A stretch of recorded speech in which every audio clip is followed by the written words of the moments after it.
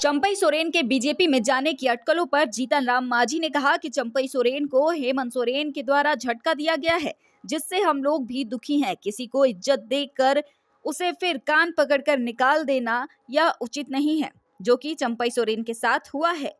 उन्होंने कहा कि 7 महीने तक चंपई सोरेन की सरकार ने अच्छा काम किया। उन्होंने अपनी पार्टी के विरोध में ऐसा कोई भी काम नहीं किया जिससे उन्हें पद से हटा दिया जाए, लेकिन जब हेमंत सोरेन को जमानत मिली तो वह खुद पार्टी की बैठक बुलाकर चंपई सोरेन से जबरदस्ती इस्तीफा दिलवा दिया गया। उन्होंने कहा कि इस्तीफा दिलाने के लिए एक प्रक्रिया होनी चाहिए, जिसे हेमंत सोरेन ने नहीं किया और जबरदस्ती चंपई सोरेन को इस्तीफा दिला दिया गया। जीतन राम मांझी ने कहा कि किसी को मान मर्यादा देकर उसे अमर्यादित कर देना कहीं से भी उचित नहीं है।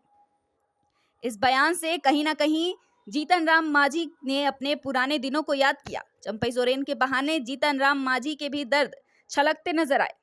सोरेन को जो वहाँ से एक तरह से झटका दिया गया है, उससे हम लोग भी दुखी हैं। जनतंत्र में जमहूरियत में ऐसा नहीं होता है कि किसी को इज्जत दिया जाए और कान पकड़ के निकाल दिया जाए, तो उनके साथ यही हुआ है।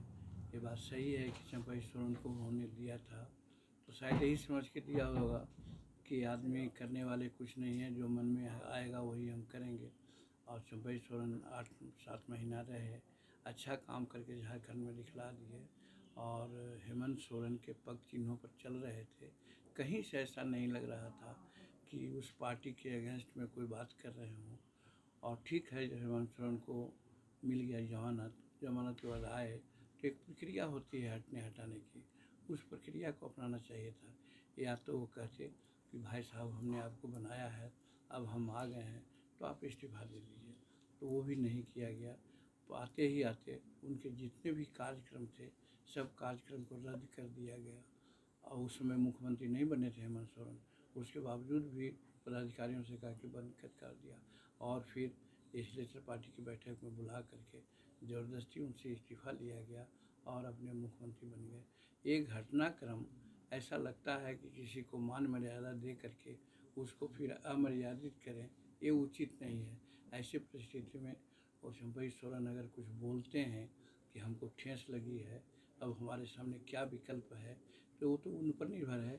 लेकिन जो प्रक्रियाएं हुई है उससे हम भी दुखी हैं और चाहते हैं, सोचते हैं कि जमहूरियत में ऐसा नहीं होना चाहिए। सर एक लास्ट क्वेश्चन सर, ये चिराग पासवान ये यूपीएससी की वैकेंसी निकली है सर, उसमें है कि बिना आरक्षण का निकाला गया सर, इस पर आपकी क्या राय? हालांकि हम नहीं देखे हैं, बिना आरक्षण के कभी नहीं ऐसा निकल सकता है।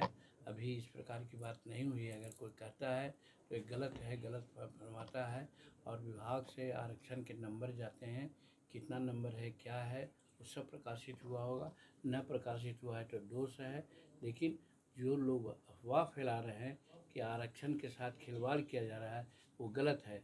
अगर आरक्षण के खिलाफ और शेड्यूल कास्ट के खिलाफ की बात रहती नरेंद्र मोदी जी को, तो जीतन मांझी आप लोग जानते हैं कि बिहार में सबसे निकृष्ट कम्युनिटी का आदमी है, भुइयाँ मुसर का है। उसको एक सांसद होने के बाद वहाँ मंत्रिमंडल में कैबिनेट का उन्होंने दर्जा दिया और कैबिनेट का दर्जा देने के बाद विभाग भी जो दिया है, आप समझ सकते हैं, बहुत बड़ा विभाग है, जो उनका विजन का विभाग है। तो अगर नरेंद्र मोदी को शेड्यूल कास्ट के प्रति अगर किसी प्रकार की बात रहती तो जीतन मांझी को ये मर्यादित नहीं करते। इसलिए सर एक सवाल सर, गोवंश से संबंधित सर, एक छोटी सी सवाल है सर। सर ये कहना था कि भारतीय अर्थव्यवस्था में गोवंश की उपयोगिता को देखते हुए और भारतीय समाज में जिस तरह से उपयोगिता है, तो उसके हिसाब से सर आप भारत सरकार से क्या मांग करेंगे कि गोवध?